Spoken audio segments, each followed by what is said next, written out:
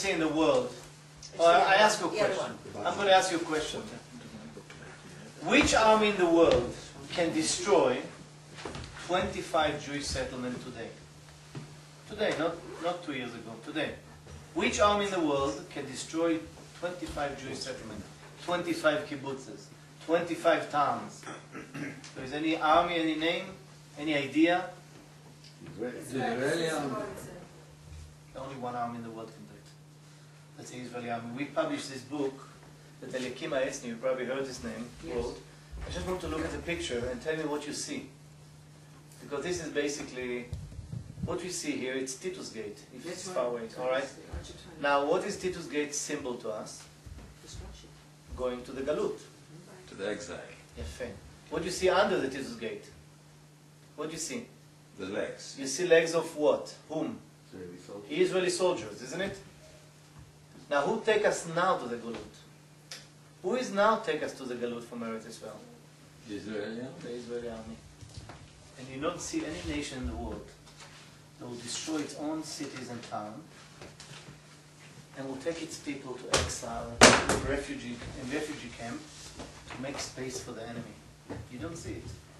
Even in African nation, I don't know what, in Siberia, nobody do it. Only we crazy enough to do it.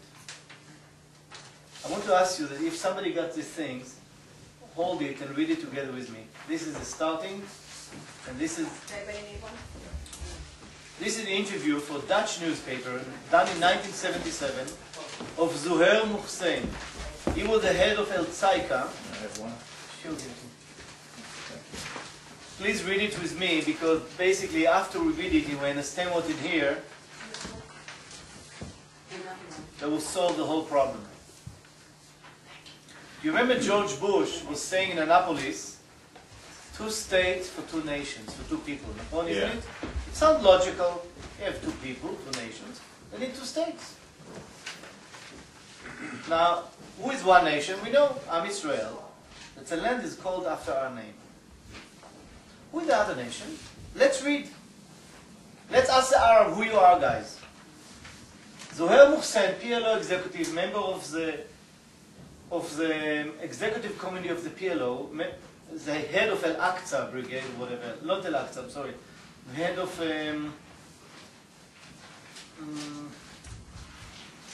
El Tzaika, used to be an organization called El Tzaika, remember. He said the Palestinian people does not exist.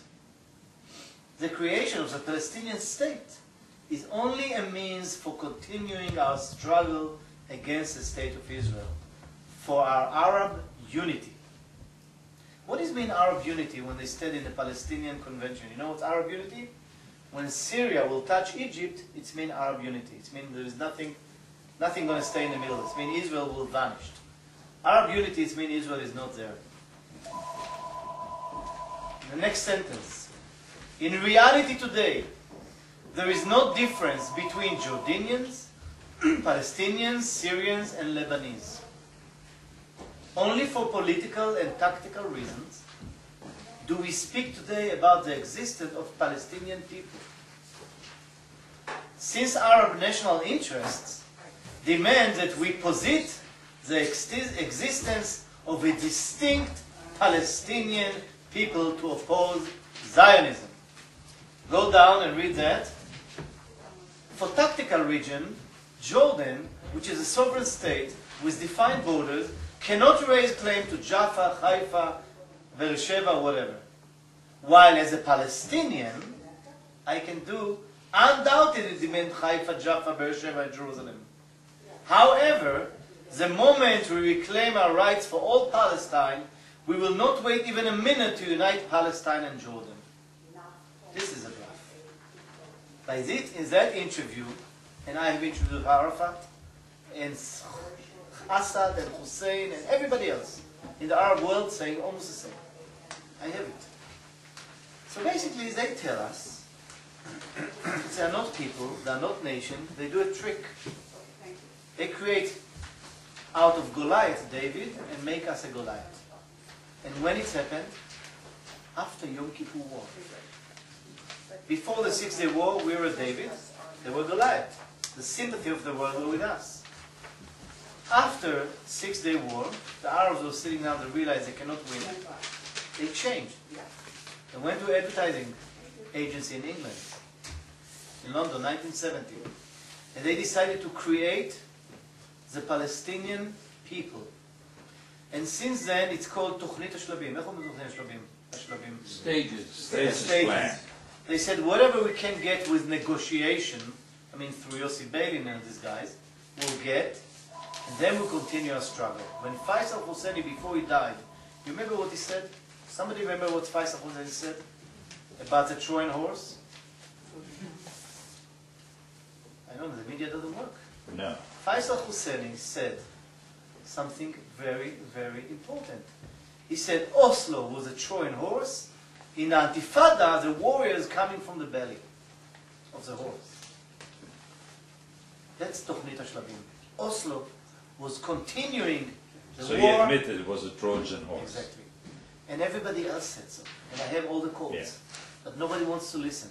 We have intelligence, we have army, we have airplanes, we have chief of staff, we have all these smart guys with computers. They don't understand the small, idiotic bluff. That we're going to lose our country for that bluff. If you can do, frame it at home and read it every morning. This is the source of all our trouble.